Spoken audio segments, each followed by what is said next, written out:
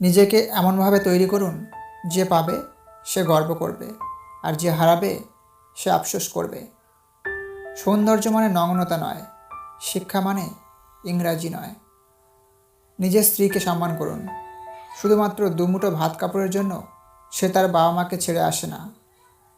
আমরা এমন এক দেশে বাস করি, যে দেশে প্রায় সবাই মা পাগল, অথচ বৃদ্ধাশ্রমের শেষ নেই। গায়ের রং কালো হলেও তাকে ভালোবাসা যায়, কিন্তু মনের রং কালো হলে তাকে কখনো ভালোবাসা যায় না।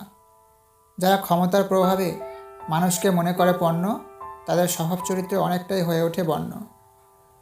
তেল মেরে উপরে ওঠা যায়, তবে বেশিক্ষণ স্থির থাকা যায় না। পরিশ্রম করে নিজের যোগ্যতায় উপরে উঠুন, আপনার স্থায়িত্ব নিশ্চিত। অনেকেরই বাবার রেখে যাওয়া সম্পদ মনে হতে পারে অল্প, কিন্তু এগুলোই আপনার বাবার হাজার ফোঁটা ঘামে ভেজার গল্প। আপনি যখন মানুষে জন্মগ্রহণ করেছেন, তখন মনুষ্যত্ব বজায় রাখা আপনার ধর্মের মধ্যেই পড়ে। যদি হাওয়া খেতে হয়, নদীর ধারে যান। যদি সুন্দর পর্বত দেখতে চান, তাহলে হিমালয়ে যান।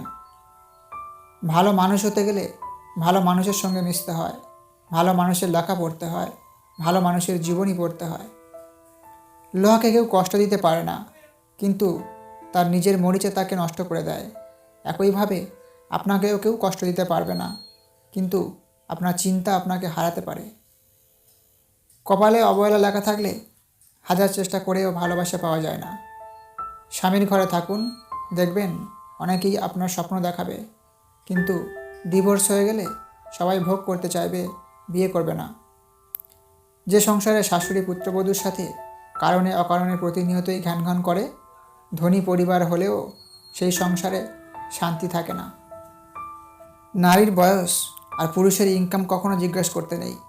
এর সবচেয়ে বড় কারণ বোধহয় এটাই, নারী কখনো নিজের জন্য বাঁচে না, আর পুরুষ কখনো নিজের জন্য খাটে না।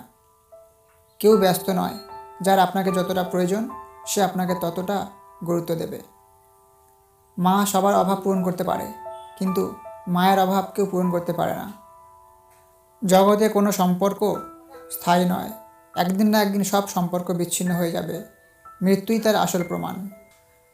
জামা কাপড় আর রিলেশনের মধ্যে মিল একটাই, পুরনো হলেই অবহেলা বাড়ে।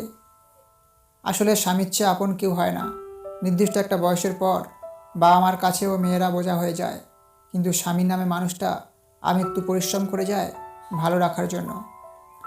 পৃথিবীতে একটিমাত্র হোটেল আছে, যে হোটেলে থাকা খাওয়া বিল দিতে হয় না, সেটা হলো মা বাবার হোটেল। আক্ষেপের বিষয় হলো, হোটেলের মালিকানা যখন ছেলে পায়, তখন অধিকাংশ মা বাবাই সেই হোটেলের থাকা খাওয়া অধিকার হারিয়ে ফেলেন, যা মোটেই কাম্য নয়। মেয়েদের সবচেয়ে বেশি আনন্দ হয় যখন ঝগড়াতে স্বামীকে হারাতে পারে। স্বামীর পরাজিত মুখ স্ত্রীর কাছে যুদ্ধ জয়ের মতো। ছাত্র যদি ভালো হয়, স্কুল কোনো সমস্যা নয়। নামি দামি স্কুল যত, অহংকার মনে বাড়ায় তত। প্রাথমিকের যারাই পড়ে, তারাই কিন্তু দেশটা গড়ে। টাকা একটাই কথা বলে, যদি আজ তুমি আমাকে বাঁচিয়ে রাখো, তাহলে আমি তোমার কাল বাঁচাবো। যথাসম্ভব শান্ত থাকার চেষ্টা করুন এবং অল্প কথা বলুন।